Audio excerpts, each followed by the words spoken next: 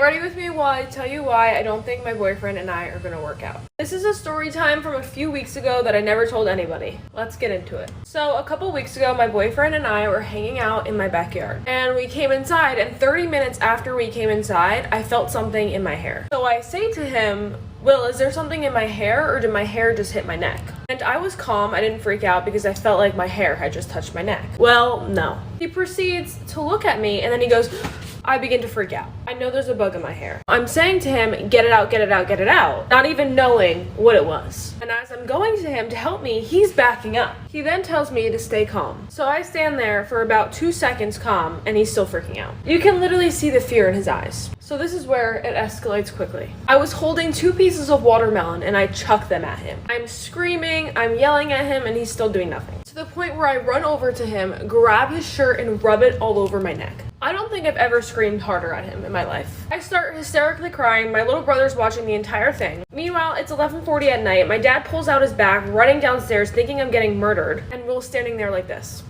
At some point, I don't know how, but we calm down and we figure out the bug's gone. I find out later it was a giant beetle in my hair. At this point, I'm not crying anymore, but the beetle is nowhere to be found.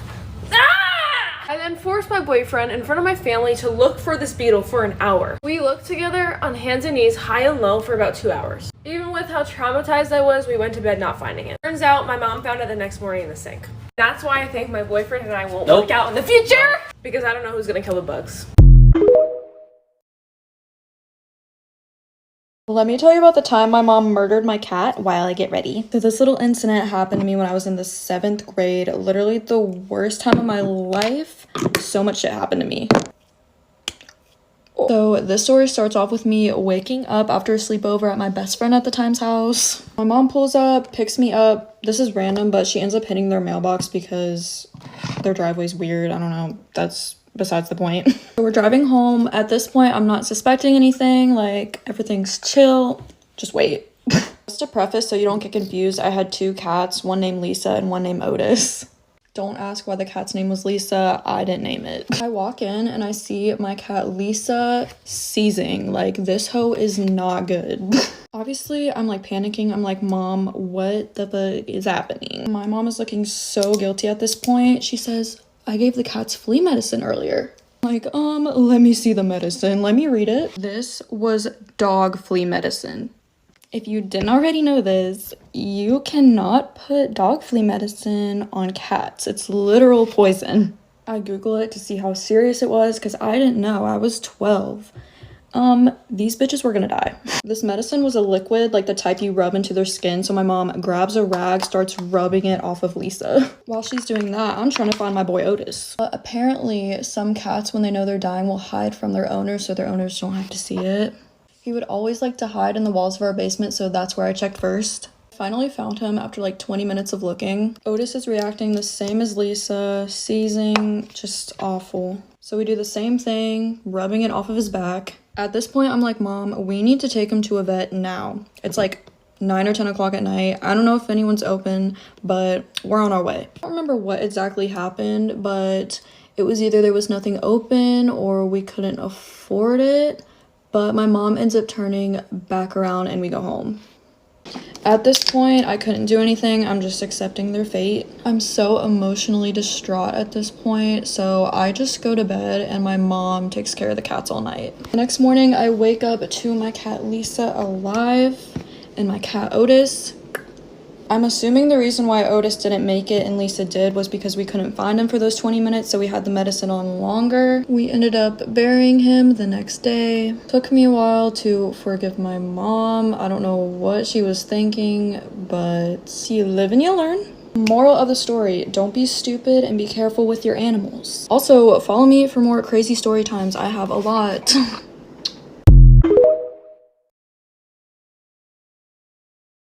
Good morning. I have a secret for you. I literally have a kid. I know, right? So here's a story time on how I got pregnant at 13. So, before I start, I don't want anyone to tell me I'm fucking lying. Okay, so I stopped to clean my room really quickly, but my mom went and got her from daycare while I was cleaning. And this is her. I don't even know where to start this. Okay, so basically, when I was in 7th grade, I had this boyfriend, and he had an older brother that they're like 4 years apart or like something around there. Whatever, so I would hang out with my boyfriend and his brother and all of his brother's friends. I forgot to take off my mascara, and per usual 7th grade relationship, obviously me and him broke up. And a couple months later, I ended up with his best friend. It wasn't like petty out of spite. It just happened to be his best friend. I know some people will come at my throat for this, but me and him do have a 3-year age gap. And before someone fucking says it, I was not groomed. When I was in elementary school, I was groomed twice. I know what grooming is. I was not groomed. Actually, one of the times I was in 6th grade. So, whatever, you get my point. Continuing, me and him got together and we were normal, happy, just gotten together couple. Obviously, since I had a whole kid, eventually me and him started doing stuff. He would get me a pregnancy test, I can't say that word. But like once every couple of weeks I would take one just to make sure. I usually took like the ones with 2 lines, like the one I showed. Oh wait, I didn't even show you. I usually took these, and I'm pretty sure the lines started showing up. I think they started showing up sooner, but like I just don't think we saw it. Also, before someone like says my mom's like a shitty mom, it's because I was sneaking him in through my window every night. That's my window, and like that's the front of my house. So it's not like it was like hard to do or anything. But I guess I'll tell you about the time where the test actually came out positive. So the time it tested positive, I mean, it was kind of like any other time, but like it was positive. But I put it in my bathroom drawer so we couldn't see it, and so like we had to open the drawer to look at it like when it was done. By the way, we were like doing something. Oh fuck. I'm not that dumb, so we were doing things to prevent it. But basically, I looked at the test first out of the drawer, and I opened it before he was like even behind me looking at it. So by the look I had, he knew I was serious. I'm so sorry, I ran out of time. But if you have any questions, I'll answer them. Get ready with me while I talk about my traumatizing dinner I had at Strega last night. I had an 8:30 reservation last night at Strega, and we literally did not get seated until 10:30. About an hour and a half into waiting, my friend goes up to the host and was like, hey, like, do you have any indication as to when we're going to be seated? Like, we have plans after this, and we're already going to be late for that, so can you kind of just, like, maybe give us an indication?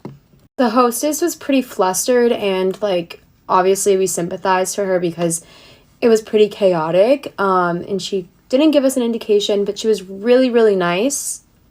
Next thing I know, this waiter turns around and he is getting in my friend's face, like cussing her out, being like, you're on drugs, like, F you, get out of the restaurant, I'm calling the cops. And my friend's like, what?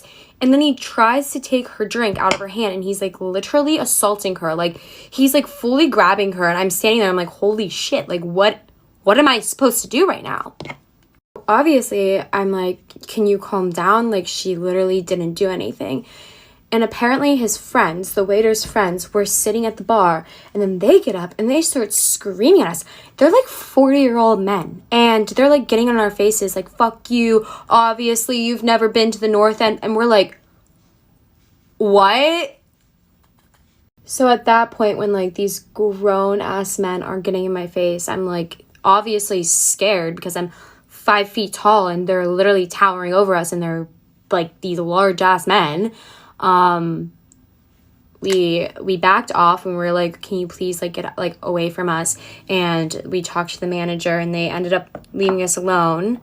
As we're waiting to be seated, after that, these men start literally assaulting this like table of girls next to us, like, and these girls are in tears. They're literally crying because these men will not leave them alone. And eventually the manager kicked them out, like, thank God, but it was utterly insane. We eventually got seated around like 10:30ish. They comped our drinks, and that's about it. So it's safe to say I probably will not be returning to Strega in the North End.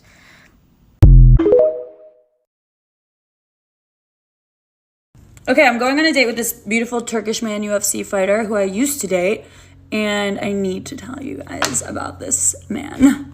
Okay, so a couple years ago, I met this guy, and he was a Turkish UFC fighter, and you guys don't know this about me, but I box. Like, I love boxing. I box with a professional boxer, and I'm, like, super into it. So I was like, yes, please. Do you see that little fluff? Oh my God, I think it's stuck. We hung out like a bunch back then, and he didn't speak English, like, at all. But he was so gorgeous, and I think I was, like, so over men that I was like, perfect. I can just stare at you. We don't really need to talk, like, whatever. He helped me build that thing. Like, how random. With no verbal communication. Then it, like, kind of just fizzled out. I mean, the English wasn't there, and I was just like, okay, where's this gonna go? And he moved, and it was just like, okay. Earlier this year, I would see him on Abbott Kinney all the time. And I was like, are you stalking me? Like, what's going on? And he was like, no, I want to buy a house. And then he had English all of a sudden. He's like, no, I want to buy a house here. I love Venice. But he does not live close. But I literally would see him on Abbott Kinney, like, every day. And I was not into him anymore. I was, like, just actually not dating anyone. So over everyone. But I was actually thinking about him, like, yesterday or the day before. I'm like, I wonder what that guy's up to. And weirdly enough, I'm sitting at my desk working like an hour ago, and he FaceTimes me being like, I want to see you. Let's go grab food.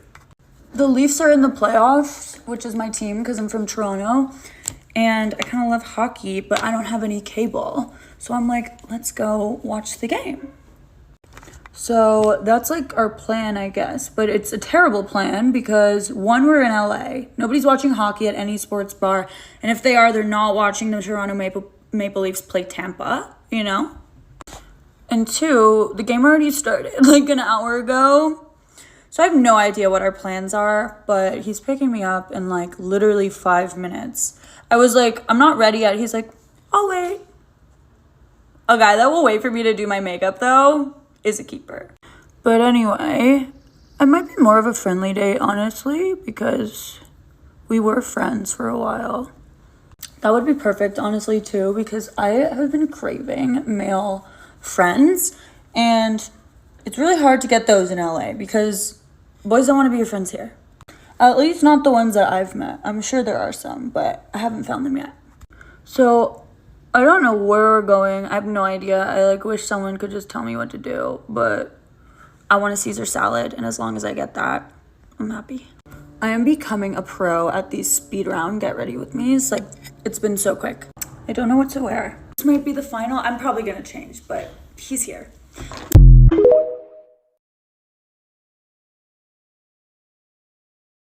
I passed out in front of my entire second grade class, and the nurse didn't believe me, so she wouldn't let me go home and I had to stay at school the rest of the day.